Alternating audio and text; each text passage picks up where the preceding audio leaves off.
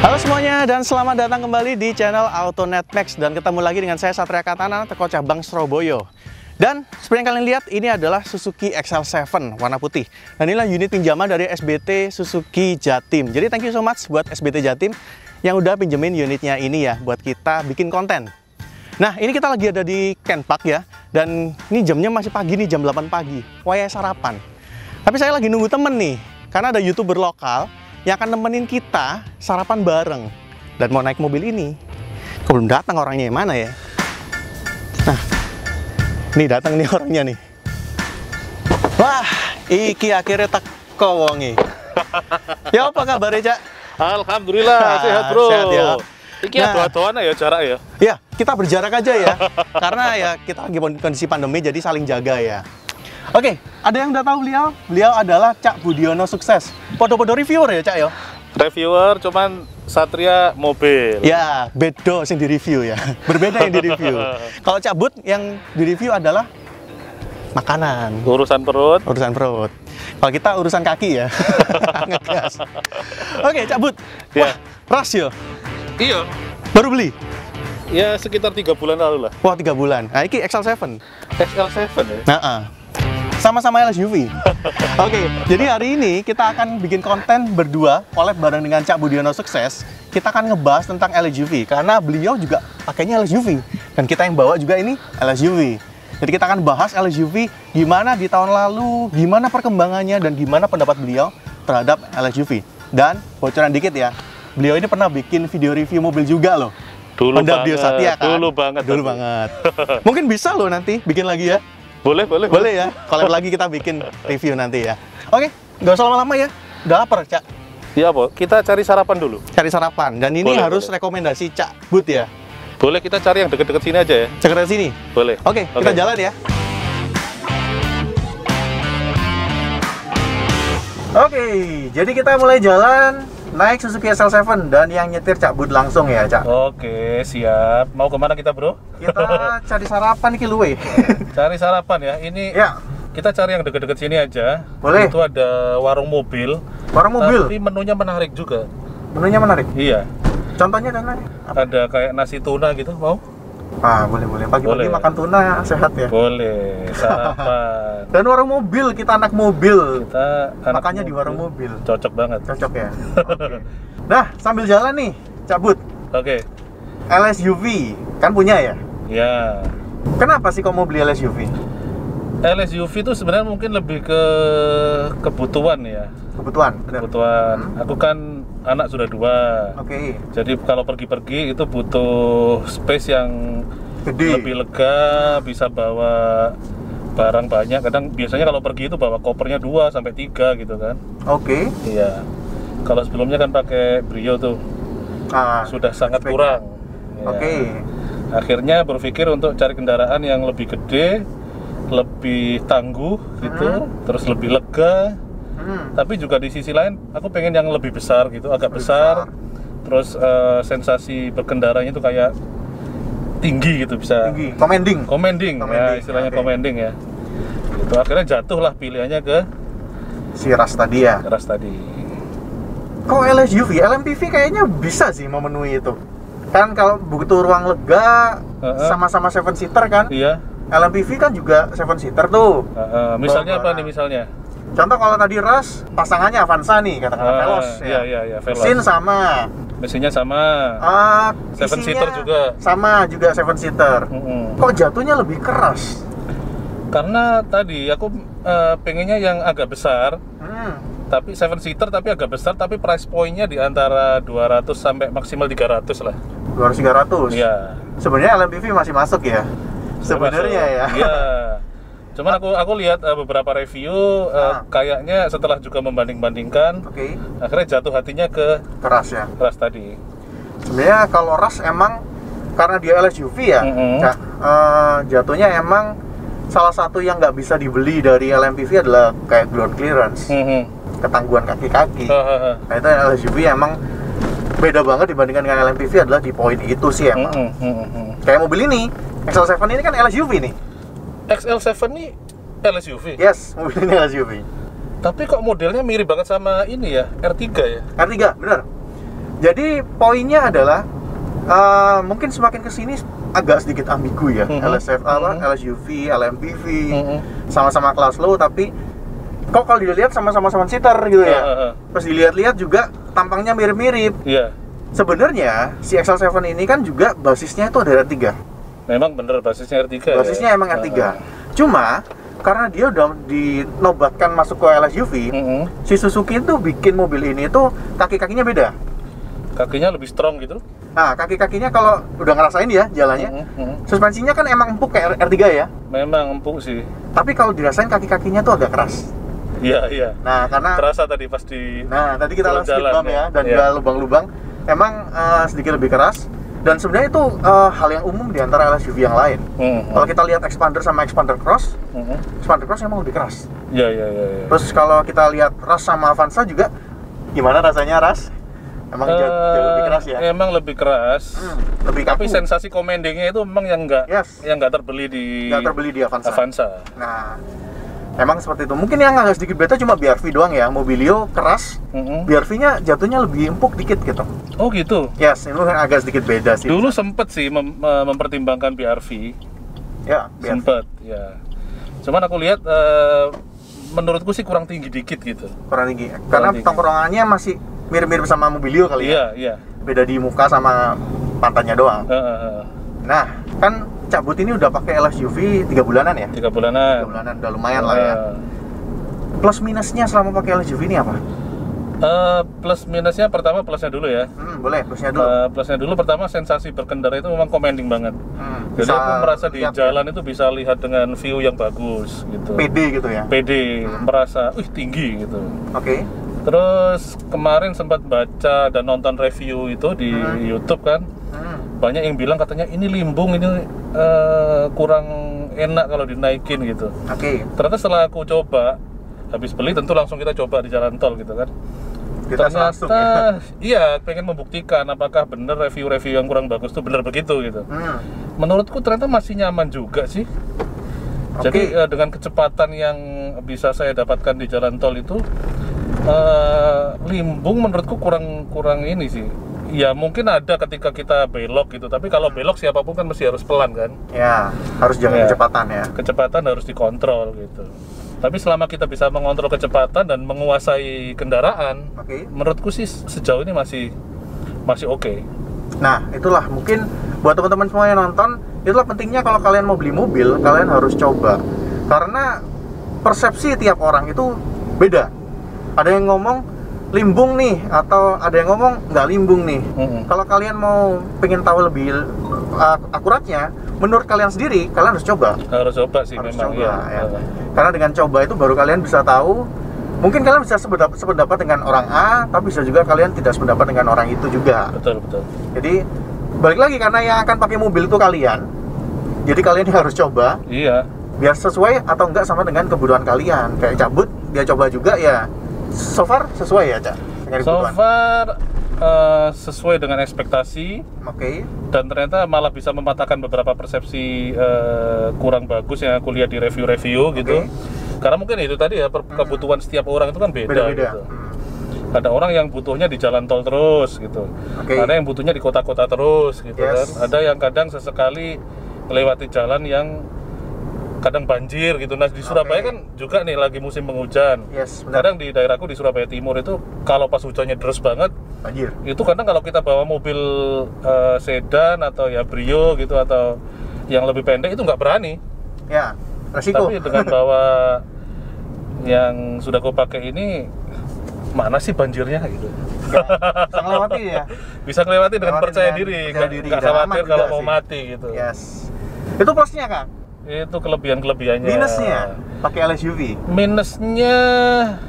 Minusnya pasti ada, bro. Pasti ada ya. Jadi kalau dulu aku pakai kendaraan kecil, itu konsumsi bahan bakar tuh ya bisa dikatakan irit lah. Kalau teman-teman dulu pernah nonton channelku di awal banget itu aku pernah bikin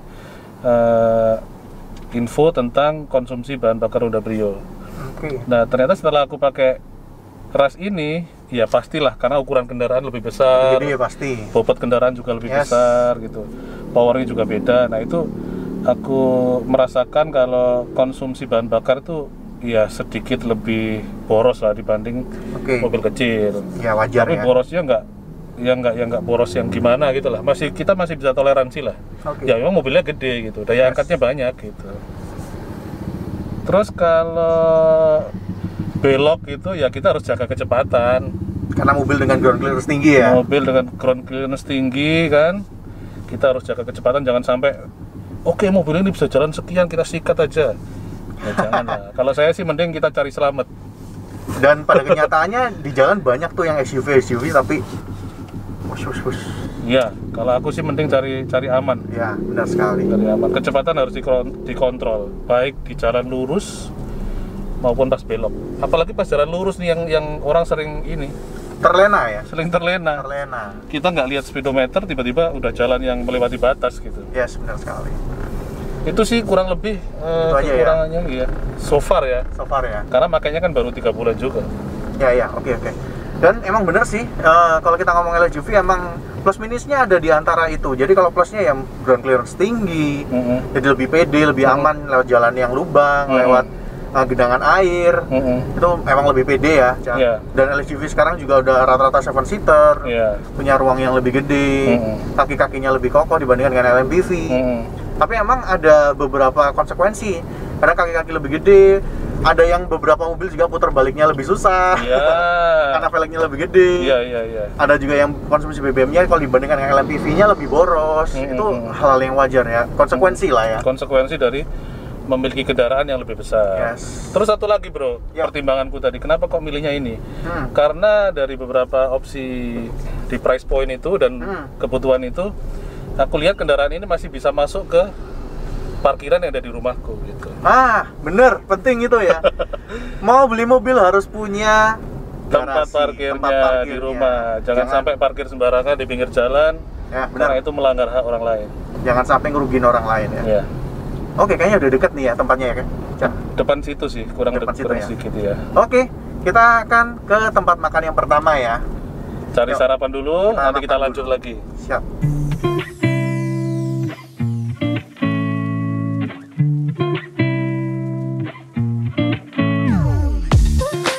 Oke, jadi kita udah ada di tempat makan yang pertama nih, bareng sama Cak Bud ya. Ini rekomendasi Cak Bud nih. Ini di Warmok Lestari bro, di Jalan Raya Kenjeran. Kenjeran, dekat rumah, dekat rumah ini ya. Dekat rumah tapi malah baru tahu ya? Iya. Aduh, kurang jalan-jalan nih Cak. Oke, habis gini kita cicipi aja. Siap. Berarti nanti kalau kalian mau nonton video makan yang lengkapnya di channelnya Cak Budiono Sukses ya. Oke, monggo silakan. Oke, kita makan dulu ya. Oke, udah kelar makan ya? Wah, nikmat banget habis sarapan nasi kuning. Tadi Satria makan apa? Nasi abon tuna. Nasi abon tuna. Aku nasi kuning Manado. Kebetulan dekat rumah juga. Oh, deket banget ya? Bisa jadi langganan. Bisa jadi langganan. Oke, kita jalan lagi ya ke destinasi kedua, Cak Bud. Kita mau makan lagi nih. Makan lagi, oke, gaspol. Tadi yang agak ringan kan, porsinya nggak terlalu banyak. Kita yang destinasi kedua kita cari yang agak berat buat makan siang nih. Siap. Oke, kita sekarang lagi jalan ke destinasi yang kedua. Gantian, saya nyetir. Tadi udah Cak Bud nyetir ya? Betul. Nah, kita jalan naik mobil yang sama, Suzuki XL7. Dan kita akan lanjutin lagi diskusi kita tentang LSUV. Nah, sekarang kita akan buka data dari LSUV. Dan nanti kita akan lampirkan ya datanya LSUV penjualan di 2020 kemarin. Nah, 2020 LSUV itu ternyata memang pasarnya turun ya. Memang tahun pandemi, orang yang punya duit kalau mau pengeluaran untuk beli mobil itu pengeluaran gede ya, Cak. Betul. Orang jadi pikir-pikir lagi. Termasuk mungkin Cak Bud gimana waktu beli? Kemarin sempet sih, jadi pas mau beli di pertengahan tahun 2020 itu sempat mikir-mikir juga karena kondisi ekonomi sedang seperti ini dan beberapa pakar keuangan kan kasih nasihat nih, kalau bisa jangan keluar yang banyak deh, kalau punya uang disimpan dulu gitu.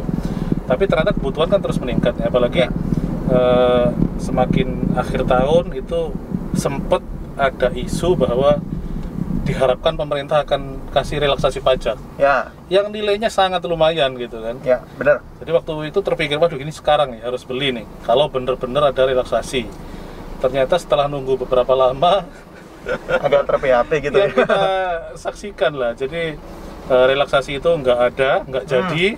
Tapi karena kebutuhan memang mengharuskan untuk nambah kendaraan ya akhirnya juga mengadakan di akhir tahun 2020 itu. Oke.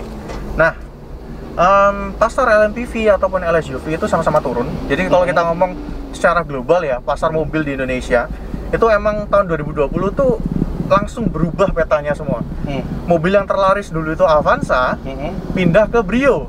Wow. Nomor 1, nomor 2 adalah Suzuki Carry. Suzuki Carry. Mobil komersil. Iya. Mungkin ada beberapa orang yang lebih memilih akhirnya cari mobil komersil karena mungkin mereka di PHK atau gimana ya. Iya. Bikin usaha sendiri akhirnya. Iya.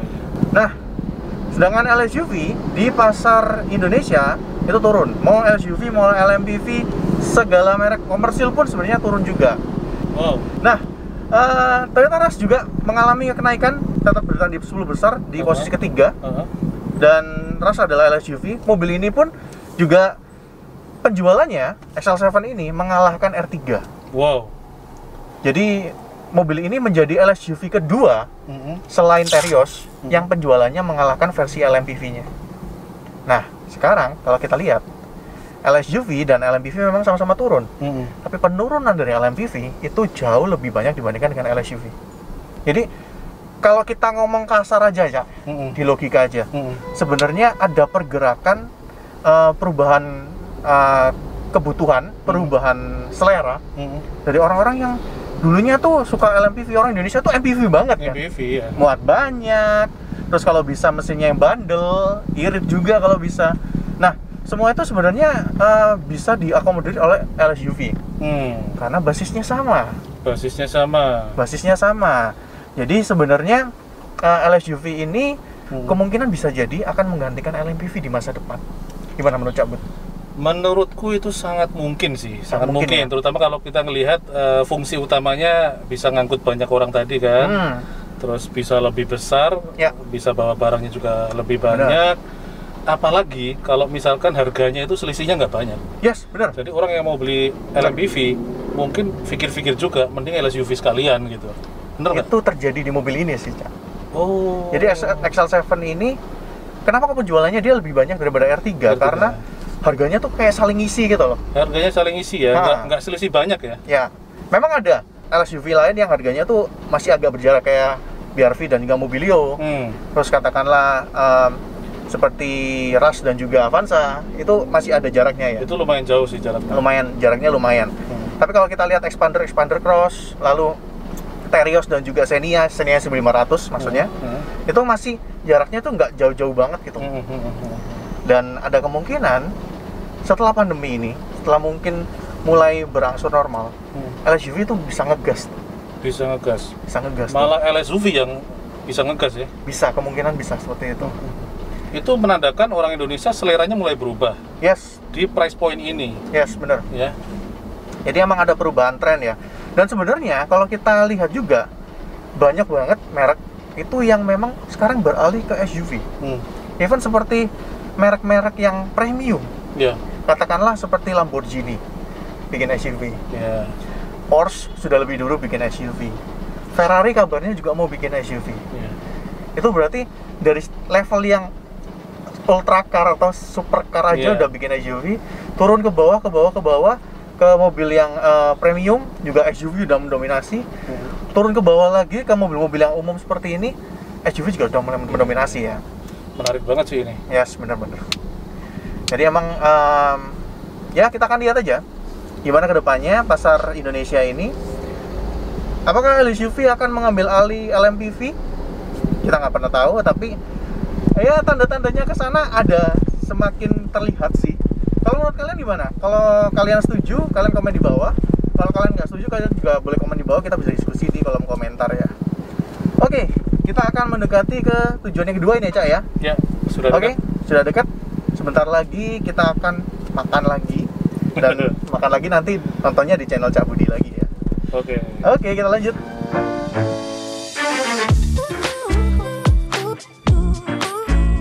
Oke, jadi kita udah sampai di destinasi yang kedua. Dan ini rekomendasi Cak Bud lagi ya. Yes. Nah, kita mau makan. Kalau kalian mau nonton review makanan ini ya, yang lebih lengkap di channelnya Cak Bud lagi ya. Monggo, silakan. Oke, kita makan ya Cak Bud ya. Monggo yuk. Yuk, kita makan. Pepek Cak Dai di Gayungan PCT. Siap.